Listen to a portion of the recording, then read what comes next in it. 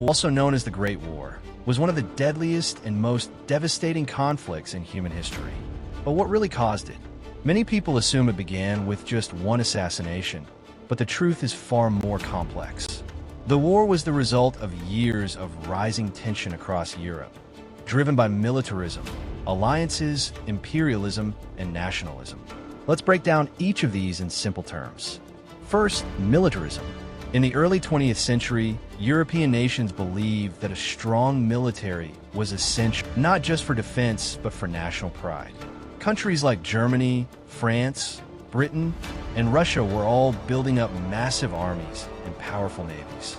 There was an intense arms race, especially between Britain and Germany, to dominate the seas with battleships and dreadnoughts.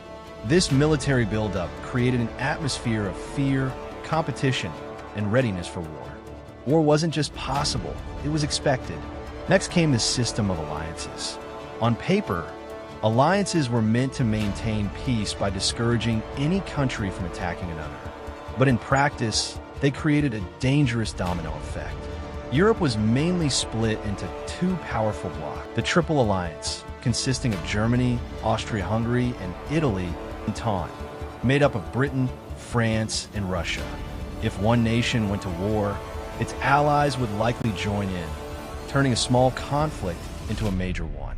This meant that even a minor crisis had the potential to escalate into a full-scale war. Then there was imperialism.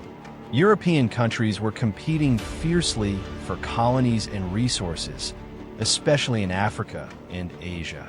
Britain and France had built huge empires, while Germany, being newer to the imperial game, wanted to expand and catch up. This caused a lot of jealousy and mistrust between the great powers. Conflicts over territory and trade routes only made diplomatic tensions worse. Nationalism was another major factor. Across Europe, people were becoming intensely proud of their nations, and often hostile toward others. In France, there was deep resentment against Germany for taking Alsace-Lorraine after the Franco-Prussian War. In the Balkans, Slavic groups under the control of Austria-Hungary wanted independence and looked to Serbia and Russia for support. This created a highly unstable situation, especially in southeastern Europe, where ethnic groups clashed with empires trying to control them. All of these tensions were like dry wood, waiting for a spark. That spark came on June 28, 1914. Archduke Franz Ferdinand, heir to the Austro-Hungarian throne, was assassinated in Sarajevo by Gavrilo Princip, a Bosnian Serb nationalist linked to a group called the Black Hand.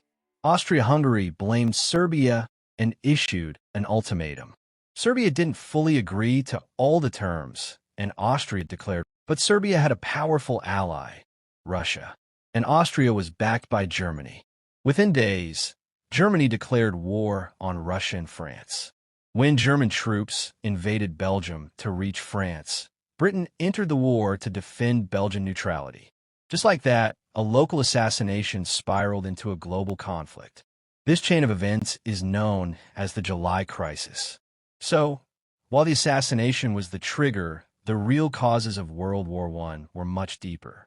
Militarism made war seem necessary. Alliances made it bigger. Imperialism made it global. And nationalism made it emotional. Over 20 million people died in the war that followed, and the world was never the same. Thanks for watching. If you found this video helpful, please like, share, and subscribe. Let me know in the comments if you'd like a follow-up on the battles of World War I or the Treaty of Versailles. Until next time, keep learning and stay curious.